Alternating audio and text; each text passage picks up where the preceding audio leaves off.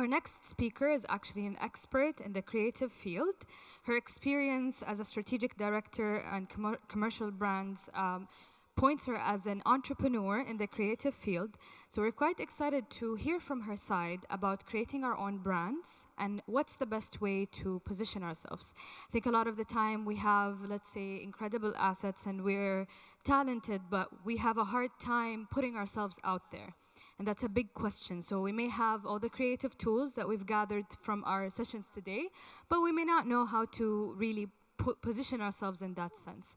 So Lujain Abdulfaraj is actually going to talk to us through what is branding and commercial brands for beginners. So it's going to be an exciting talk, and I believe that I personally need to learn a few lessons in that sense. So I hope that you enjoy it. Please welcome to the stage Lujain Abdulfaraj.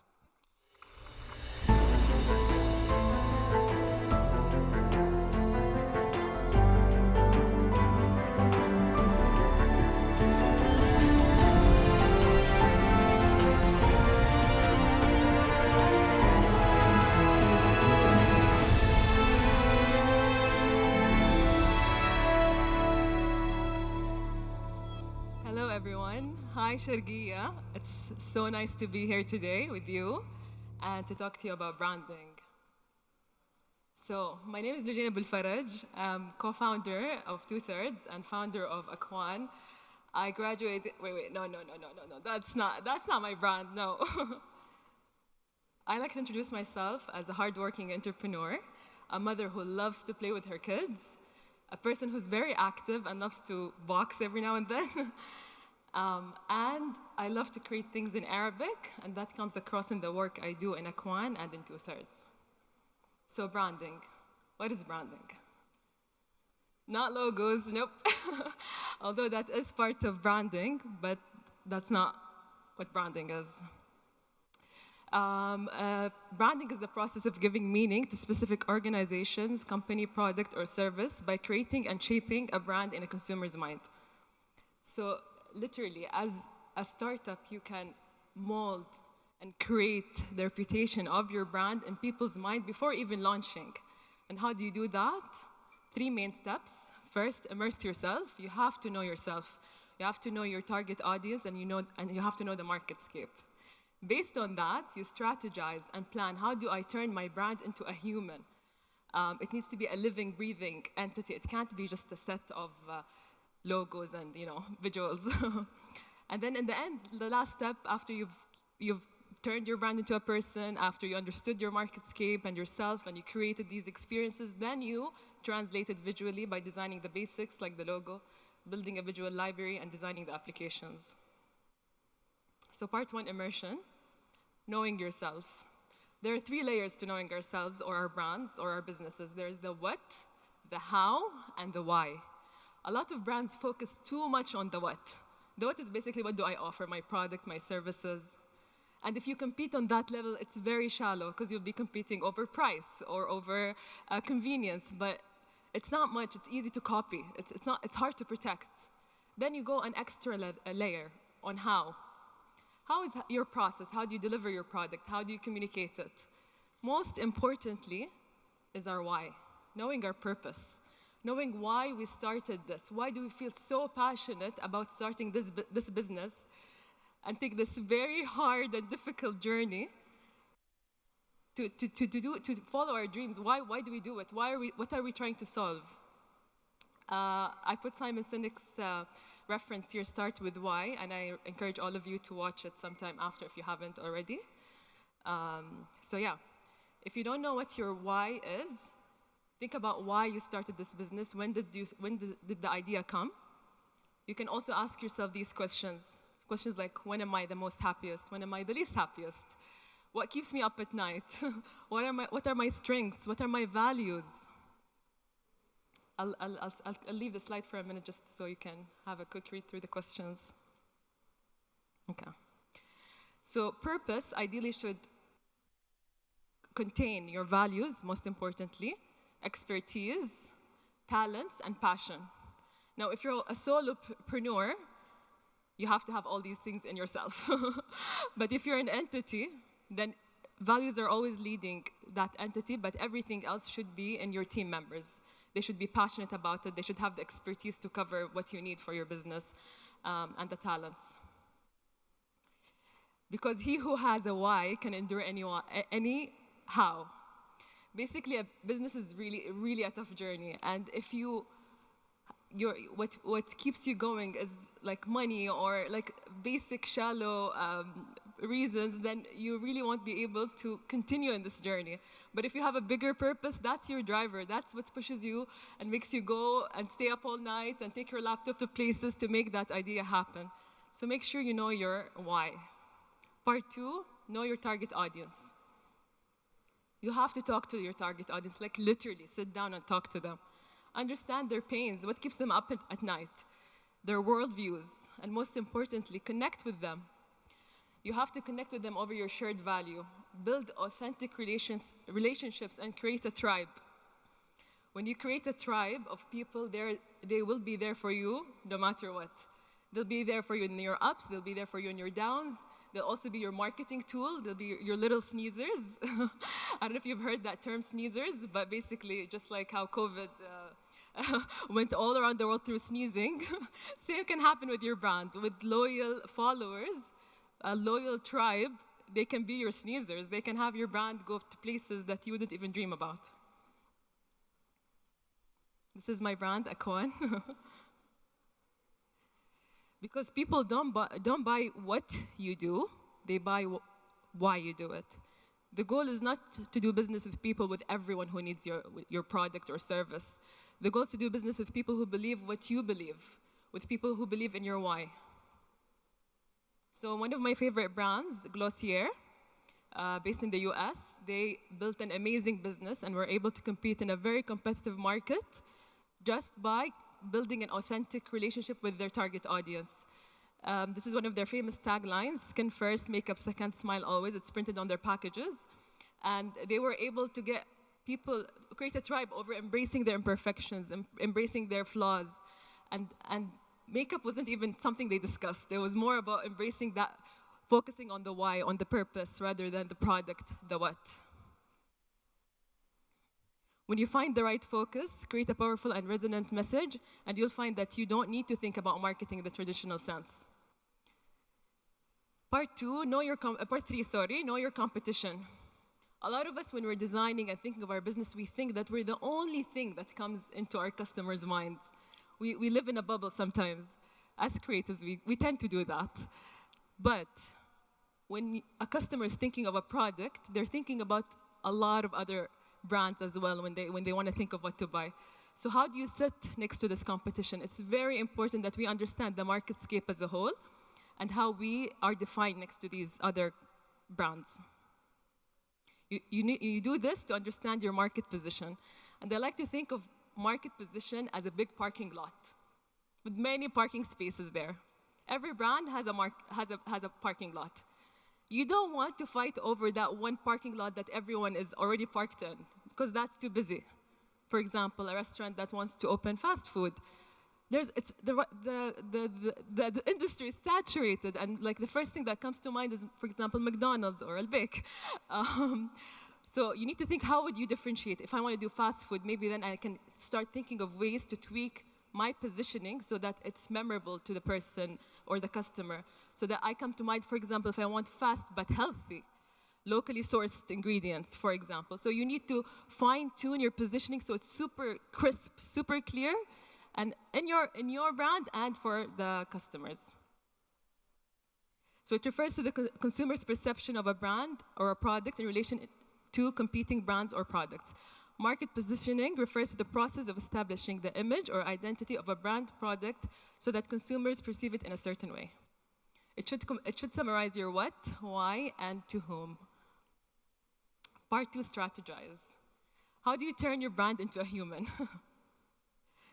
You have to think of the personality of the brand. Every brand has a personality, whether you define it or not, and you want to define it so that you're in control of your brand.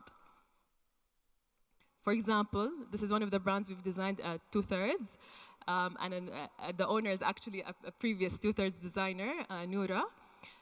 It's in Dubai, and it's a very fun, healthy food brand. So the personality is very obviously friendly, very obviously all over the place and crazy. And you want to make sure when you're building your personality, you're writing exactly the personality of your brand. أصلاً, is it a he? Is it a she? Is it a kid? How does it speak? All of that. You want to write it down. And you want to have 3 key words to describe their personality, your brand's personality. You have to also think of the tone of voice. Your brand speaks through so many different mediums. It speaks through your Instagram, it speaks through your staff, it speaks through the packaging, and there's so many different ways you can build the tone of voice for the brand. One of my favorite brands in terms of tone of voice is Oatly. And this post is one of my favorites because it says "We suck" big in big fonts, and it has the straw. And to me, I can tell that this brand is very transparent and honest, as well as witty. It has a bit of humor. So basically, there was an EU mandate that required to stop the use of plastic straws. So they said that we suck because they didn't do it all along. They had to wait for this to happen. And owning that mistake and talking about it is just such a great way to make the brand a bit more human. It's not perfect. It's sharing its experience and all of that. But that's a really great way to look at it. How do you want your customers to feel? So every touch point should be curated with the intention of making your customers feel a certain way. Do you want them to feel happy when they're using your products? Do you want them to feel inspired? Do you want them to feel, I don't know, scared? You have to know how you want your customers to feel, and that's how you create the experience. This is a video from Nike.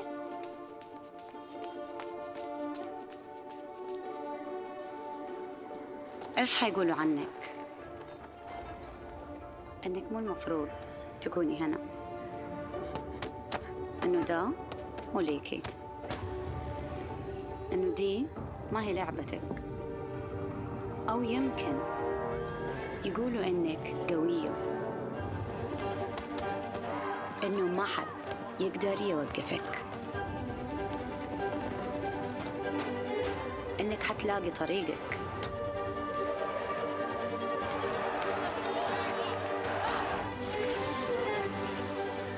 إنك قدهم. إنك أبهرتيهم.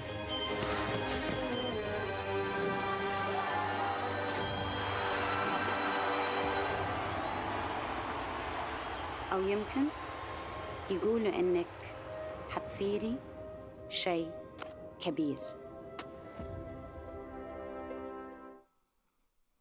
So I really like this ad because it really doesn't focus at all on the what. At all. Like, we barely see the product. We barely understand what product are they trying to sell. They are trying to sell the why. Just do it. They're trying to sell a feeling. How did you feel watching it? Powerful, inspired, strong. So that's very important when we build a brand. We have to build it the right way, because these layers are what we use in every communication. Marketing then doesn't become about, look at my product, look at me. No, it's never that. It's about connection, and it's about connecting with others who feel and believe in your why.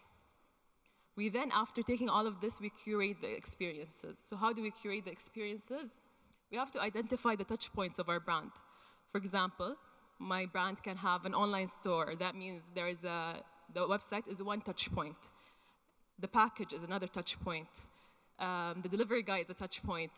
The Instagram is a touch point. So you have to list down all your touch points and then curate each experiences in a way that reflects your brand personality, your brand tone, and the feelings you want people to feel. So if I want people to feel happy, then when I open that box, my customer has to feel happy.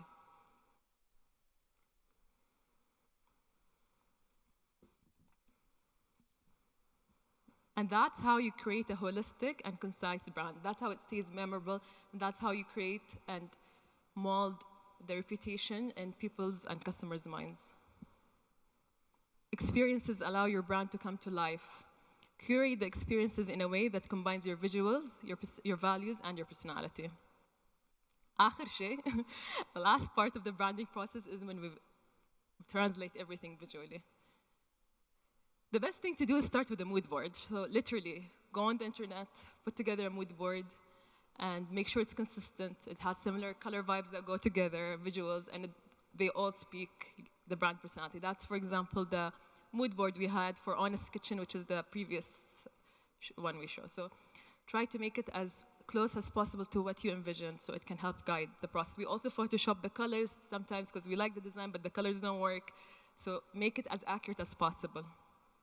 Design the basics. I'm not going to go in details into each one, but basically we design the logo, the colors, the fonts, and the visuals. So when you choose the colors, you have to know, obviously, the medium, if it's going to be digital or is it going to be print, is it photography, and you choose the colors accordingly. You can also have a mood board for the colors. This is a mood board we've done for Ala Hashem's brand.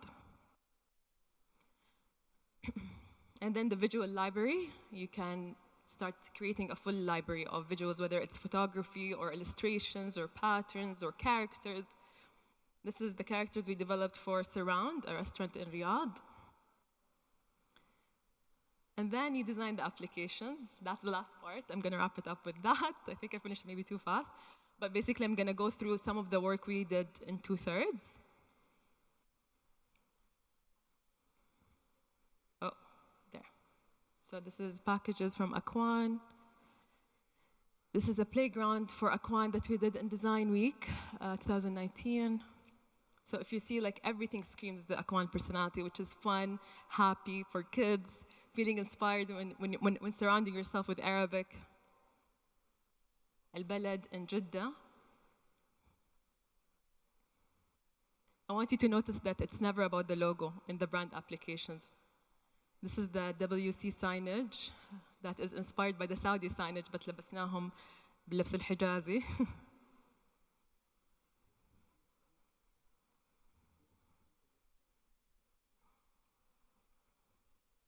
This is Shawarma al-Balad in Riyadh. And you can see every brand has a completely different personality that screams loud and in confidence. You can tell what the tone is, you can tell what the personality is, how you'll feel in the space.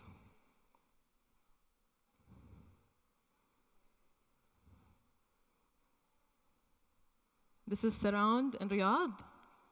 And we wanted it to be more friendly and social. So even the box, when you open it with the burgers, they're looking at you and saying hi there. Even the numbers on the tables have a bit of a friendly feel with not perfect XOs. Imperfection is part of the brand. This is another Al-Balad branding, but it's not for the same space. So Balad has a holding company. This is the more corporate side of the brand.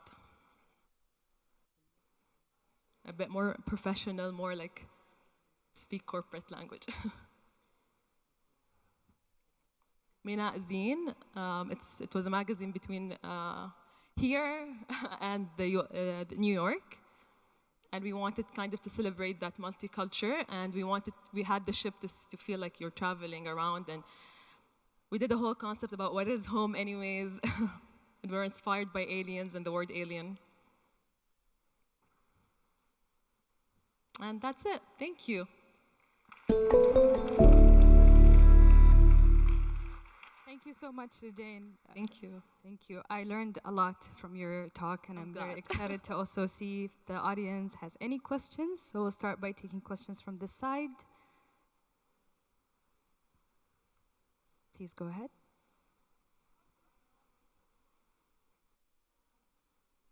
How do you know your target audience? When you first started the brand, you had someone in mind. But you start talking about to whoever comes to your mind first. مثلا, let's say you started, what's your brand about? Earrings. For example, let's start with women. Very general. You can start by talking to women in your circle. حتى you can start that way. Ask them about what do they look for in earrings? What did they find what they need? The more you talk to them, the more you can understand, this is my target audience, no, that's not. You can then be directed to the next person, and the next till you find your target audience. Try to find as many people as possible. It's part of also the viability study to see how much of your target audience exists. It's a very interesting research process we've done it for small brands and big brands, and it always starts with like just looking at the circle around, and then you go bigger and bigger, and the internet allows you to reach people all around the world, actually. So we do that in our research. We end up going to random Facebook groups that we never knew existed, but it's all through these referrals. And then you're able to understand your target audience and actually understand where they hang out. So, for example, you wouldn't know that your target audience hangs out in these Facebook groups, and you're able then to target them when you're doing your branding and launching your brand, or in this coffee shop, or in this. So you through research and referrals. Thank you. Can we take any question from that section? Yes. Just in a moment, the mic will come to you. The mic is running to you.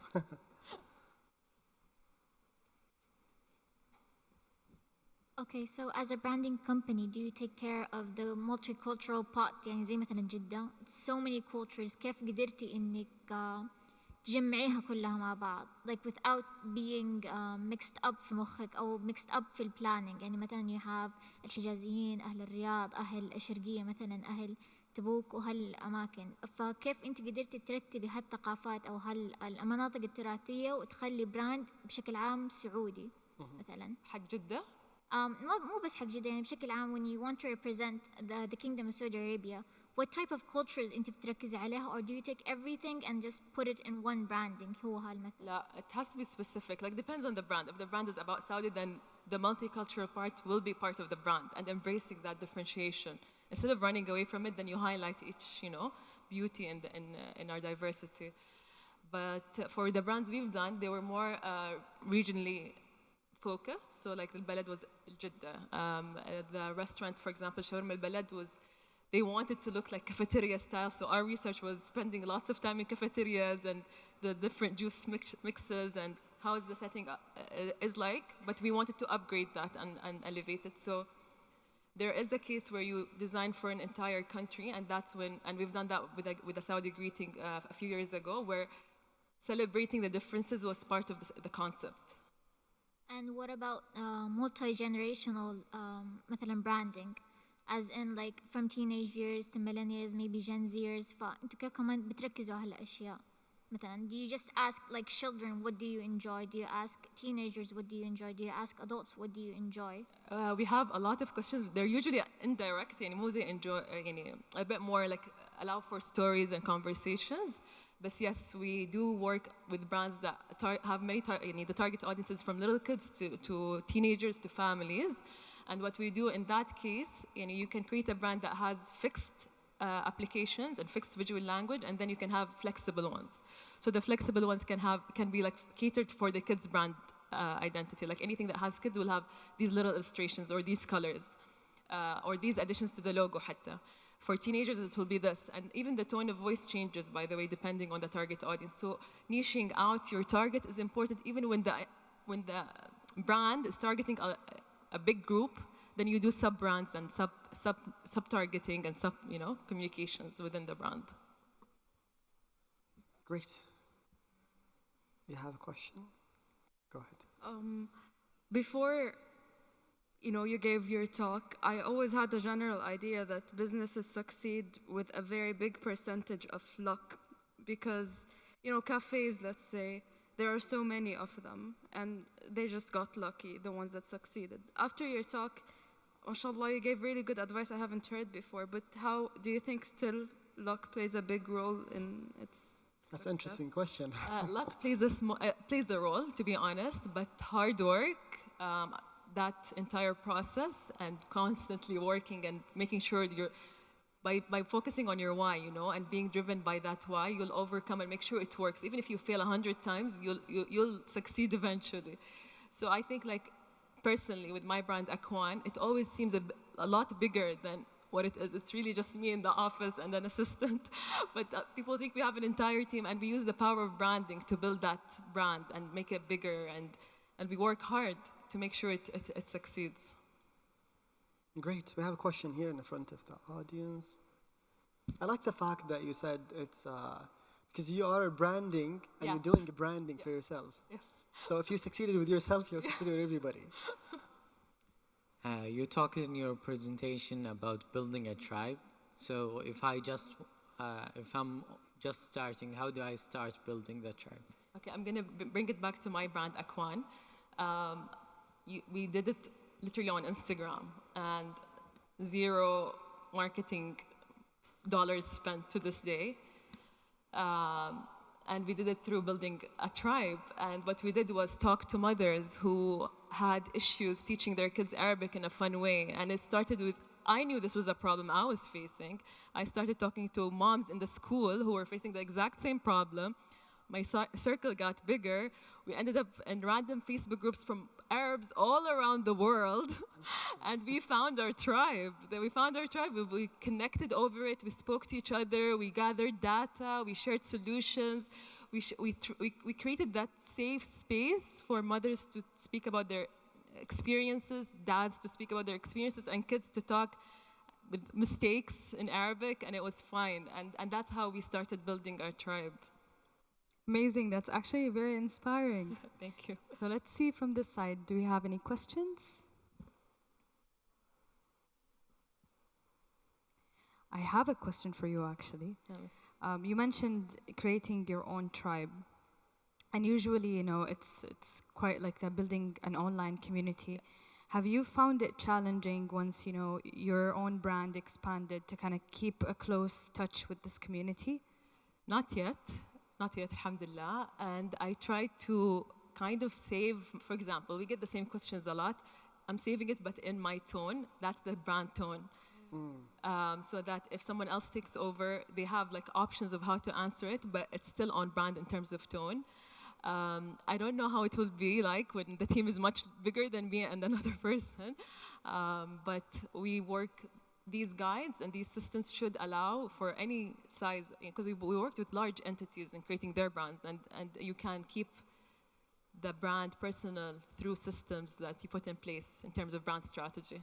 Yeah, like the core element of it is still there. Exactly. It's beautiful. Thank you. So I will follow the core element. So what is the core element with your big why? You mentioned the big why, and you believe in a big why. Yes. And Apple's strategy believed in a big why. Yeah. So once you have a really good, deep reason, people will, you know, your brand will expand it because you have a greater intention, because the why is an intention also. So what's your brand big why? Yeah. So actually, I'm going to talk about my pain first. Oh, okay. that all mothers that are in my situation feel. The pain of having your kid not know Arabic so well, and you worrying that, oh my God, they can't communicate with their grandparents, they can't read the Quran, how will they find comfort in their life? So that keeps me up at night. So for me, the goal with Akwan is that my kids love Arabic. So my aim is to instill the love of Arabic in kids' heart through play. Because if they love it, even if I don't teach them to be the best Arabic speakers in the world, they'll find a way to learn it themselves. Absolutely. I like the way you said pain. Yeah. So pain led you to creativity and a whole brand. Yes. So that's me in pain, not so bad sometimes. As long as you're proactive about feeling better. Absolutely. As long as you find tools to Absolutely. deal with the pain. Yeah. Thank you so much, Lujain. This for was an having me. incredible session. Thank you so much. Thank you. Let's give a warm applause for Lujain. Thank you, everyone. Thank you.